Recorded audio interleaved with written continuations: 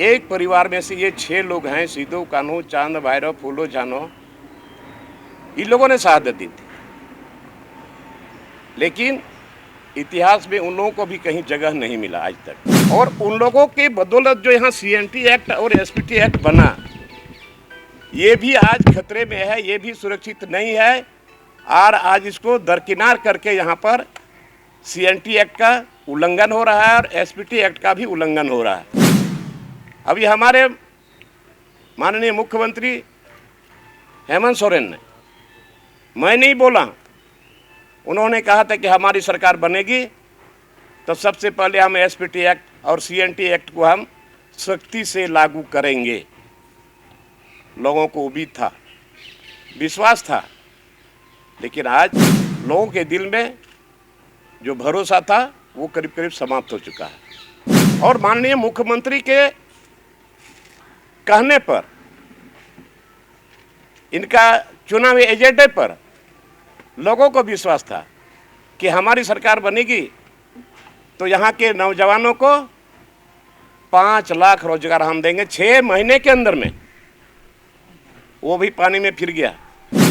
अभी 60-40 तक मैं भी नहीं समझ पाया और लोग भी समझ नहीं पा रहे हैं और न यहाँ के छात्र समझ पा रहे हैं ये 60-40 है तो क्या है और 60 में है तो कौन है, ये भी डिफाइन नहीं हो पाया। ये 3rd ग्रेड 4th ग्रेड के लिए भी लोगों को आंदोलन करना पड़े, भीख मांगना पड़े, ये तो बहुत शर्म की बात है। बिरसा भगवान के बदौलत यहाँ सीएनटी एक्ट बना, जो यहाँ के लोगों का मूल कवच के रूप में है। लेकिन दुख की बात ये कहना पड़ रहा है कि आज बिरसा भगवान का जो खतियानी ज़मीन है वो 1 इंच भी नहीं बच पाया। जो भी थोड़ा बहुत बचा था उसको म्यूजियम में तब्दील कर दिया गया। जब हम लोग गए थे तो उन लोगों का कहना था, उनके जो वंशज हैं, कि हम लोगों के लिए एक कोना में थोड़ा सा ज़मीन है, कम से कम एक आदमी के लिए हमको यहाँ पर कोई बनवा दे या हम लोग बना देंगे, हमको यहाँ परमिशन मिल जाए। बड़ा दुख लगा। और बिरसा भगवान के जन्मभूमि में कई लोग, बड़े बड़े नेता, राजनेता लोग आए, यहाँ तक कि गवर्नर महामहिम का भी वहाँ पदार्पण हुआ था। लेकिन मात्र आश्वासन ही आश्वासन रह गया। आज वहाँ के लोगों को पीने का पानी जो गड्ढे से लोग पानी उठा के पीते हैं। बड़ा दुख लगता है कि आज हम लोग फूलमाला चढ़ाते हैं, लेकिन आज उसके गांव में, उसका जन्मभूमि में जो समस्याएं हैं देख करके अपने आप में बहुत ग्लानि महसूस होती है। और आज उसी के बदौलत, उसी के आंदोलन के बदौलत, उसके साथ कई लोगों ने अमर प्राणों की आहुति दी है और उसी के चलते आज यहाँ सीएनटी एक्ट बना। और जस्ट इसी तरह संथाल परगना में अमर शहीद सिद्धू, कान्हू, चांद, भैरव, फूलो, जानो, जो एक परिवार में से आते हैं 6 लोग, एक परिवार में से ये 6 लोग हैं, सिद्धू, कान्हू, चांद, भैरव, फूलो, जानो, इन लोगों ने शहादत दी थी। लेकिन इतिहास में उन लोगों को भी कहीं जगह नहीं मिला आज तक। तो आज जो भी सरकारें बनी, ये राज्य अलग होने के बाद, तो इन लोगों के घर गांव में जो समस्याएं हैं, जो मूलभूत सुविधा उनको मिलना चाहिए, वो नहीं मिल पाया। और उन लोगों के बदौलत जो यहाँ सीएनटी एक्ट और एसपीटी एक्ट बना, ये भी आज खतरे में है, ये भी सुरक्षित नहीं है। और आज इसको दरकिनार करके यहाँ पर सीएनटी एक्ट का उल्लंघन हो रहा है और एसपीटी एक्ट का भी उल्लंघन हो रहा है। अभी हमारे माननीय मुख्यमंत्री हेमंत सोरेन ने, मैं नहीं बोला, उन्होंने कहा था कि हमारी सरकार बनेगी तो सबसे पहले हम एसपीटी एक्ट और सीएनटी एक्ट को हम सख्ती से लागू करेंगे। लोगों को उम्मीद था, विश्वास था, लेकिन आज लोगों के दिल में जो भरोसा था वो करीब करीब समाप्त हो चुका है। और यहाँ पर दिन दहाड़े सरकार के आंख के सामने, प्रशासन के नाक के सामने आज यहाँ सीएनटी एक्ट का उल्लंघन हो रहा है और ये जीता जाता उदाहरण है। वैसा सीएनटी एक्ट में तो जो अपना खतियानी जमीन है उसके अलावे जो यहाँ पर हड़गड़ी जमीन है, मसना की जमीन है, सरना की जमीन है, भुइहरी जमीन है, इसको भी लोगों ने नहीं छोड़ा और जीता जाता उसका उदाहरण है कि भुइहरी जमीन में अभी इतना बड़ा पूजा हॉस्पिटल बना, पल्स हॉस्पिटल।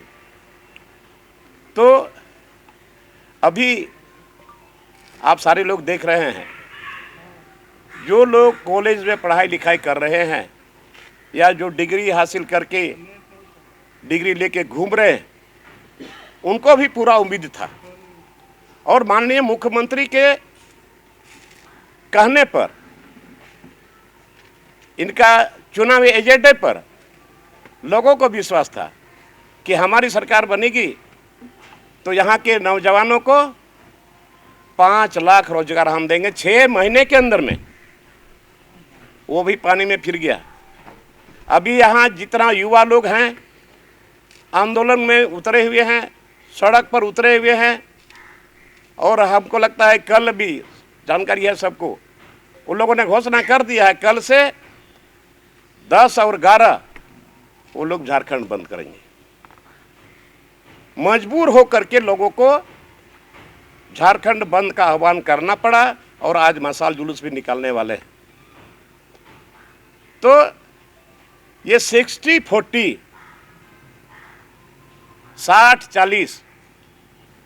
60-40 तक मैं भी नहीं समझ पाया और लोग भी समझ नहीं पा रहे हैं और न यहाँ के छात्र समझ पा रहे हैं। ये 60-40 है तो क्या है और 60 में है तो कौन है, ये भी डिफाइन नहीं हो पाया। और तो और यहाँ पर जो उन्होंने कहा था कि मैं स्थानीय नीति बनाऊंगा, लेकिन स्थानीय नीति आज तक नहीं बन पाया, जिसके चलते अभी लोगों में ये उधेड़-बुन है।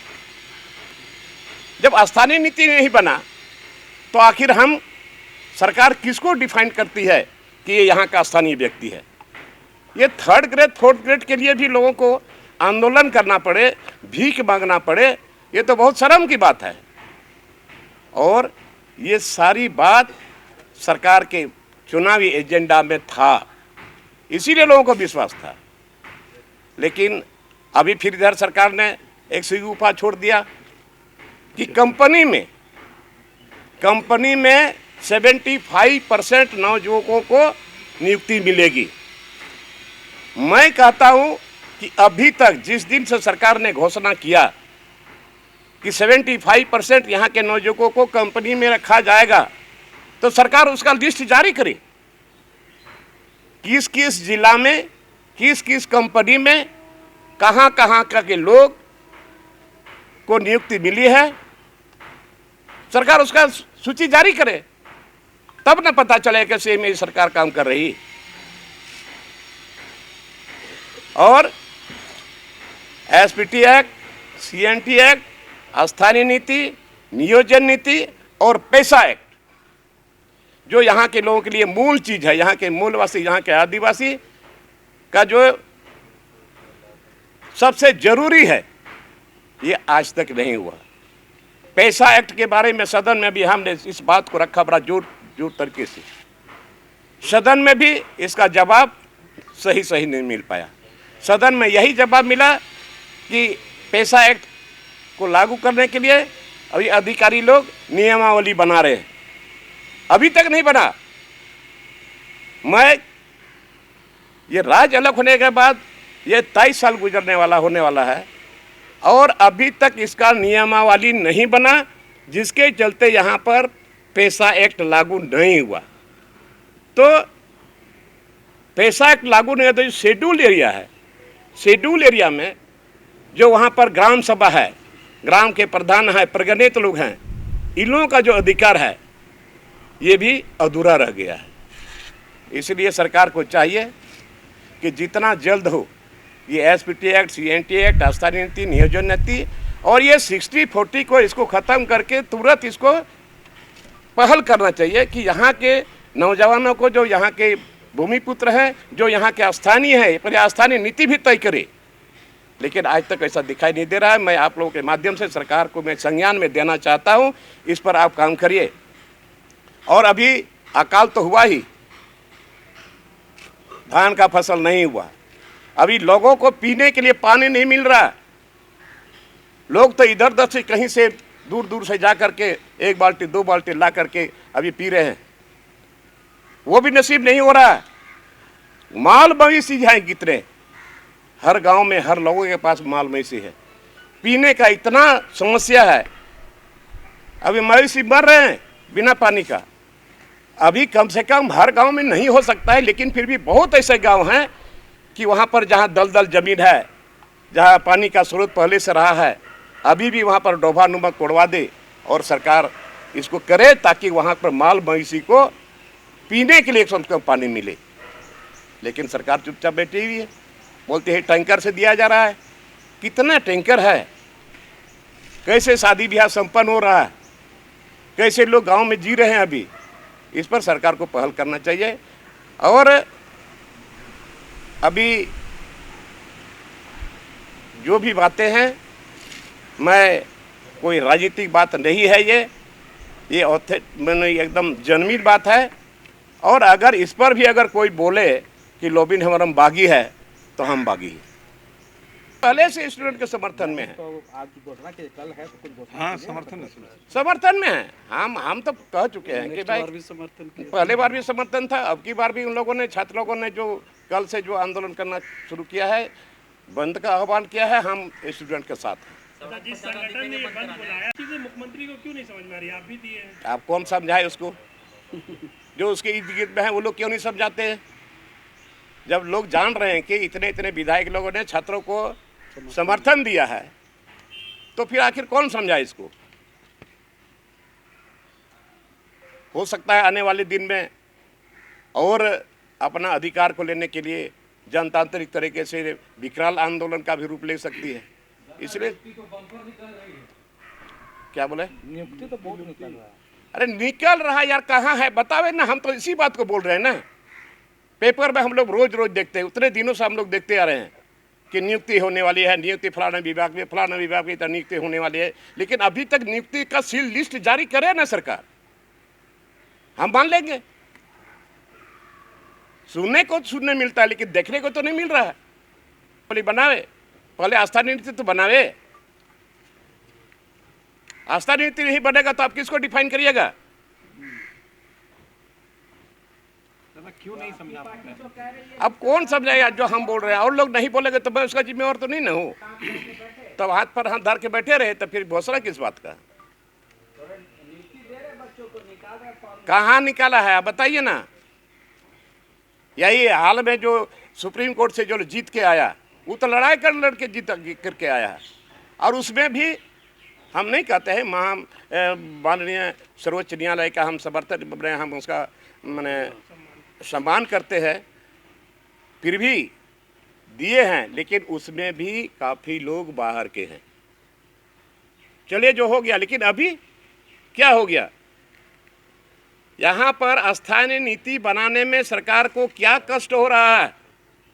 हमने तो कह दिया था पहले भी, ये अगर 32 वाला लेकर के या 60-64 वाला लेकर के इसमें किसी तरह को कोई आप टेक्निकली अगर प्रॉब्लम हो रहा है तो आप सीधे सीधी करिए कि यहाँ का जो स्थानीय वही है जिसके हाथ में खतियान है। सीधे सीधी बात है, जिसके हाथ में खतियान वही के यहाँ का स्थानीय है। और जिसके हाथ में जमीन है उसी के हाथ में खतियान है। जमीन नहीं रहता तो खतियान नहीं होता। जिसके हाथ में खतियान है वही के यहाँ का स्थानीय है। आप उसको करिए। और ठीक है, जो बाहर से लोग आए हुए हैं उसको 2%, 3%, 4% करिए, या उसको विचार करके अगर थोड़ा बहुत देना हो तो देना हो। लेकिन 3rd ग्रेड 4th ग्रेड भी वो भी क्यों? लेकिन फिर भी ये भी हल हो सकता है।